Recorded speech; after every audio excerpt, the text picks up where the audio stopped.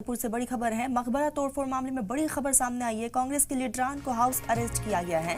मकबरे पर जा रहा था कांग्रेस डेलीगेशन। कांग्रेस जिला सदर महेश द्विवेदी हाउस अरेस्ट हुए हैं।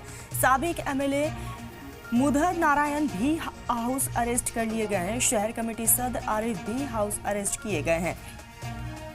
आपको बताते चले कि कांग्रेस का ये डेलीगेशन तैयार हुआ था जो मकबरे के पास जा रहा था और वहां पर जाकर बाकायदा तहकीकात करते हुए एक रिपोर्ट को तैयार किया जाता, लेकिन उससे पहले ही इंतजामिया की टीम ने रोक लिया है। तो फतेहपुर से खबर है, जहां मकबरा तोड़फोड़ मामले को लेकर लगातार तनाजा बढ़ता जा रहा है। कांग्रेस के लीडर को हाउस अरेस्ट किया गया है। मकबरे पर जा रहा था कांग्रेस का डेलीगेशन। कांग्रेस जिला सदर महेश द्विवेदी को हाउस अरेस्ट कर लिया गया है। साबिक एमएलए मुधर नारायण को भी रोका गया है। साथ ही साथ शहर कमेटी के सदर आरिफ को भी हाउस अरेस्ट किया गया है। आपको बता दें कि कई कांग्रेस के लीडरान को हाउस अरेस्ट कर लिया गया है।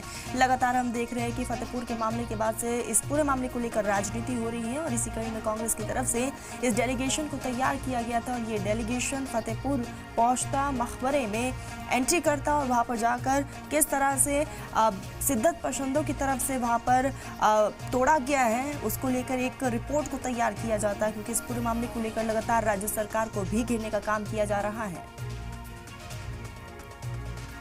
लोग ये प्रयास कर रहे हैं कि फतेहपुर का अमन चैन ठीक रहे, फतेहपुर में लोग सांप्रदायिक सद्भाव के साथ जिए, फतेहपुर का भाईचारा बना रहे। हम लोगों को कल भी हम लोगों ने प्रदर्शन किया था।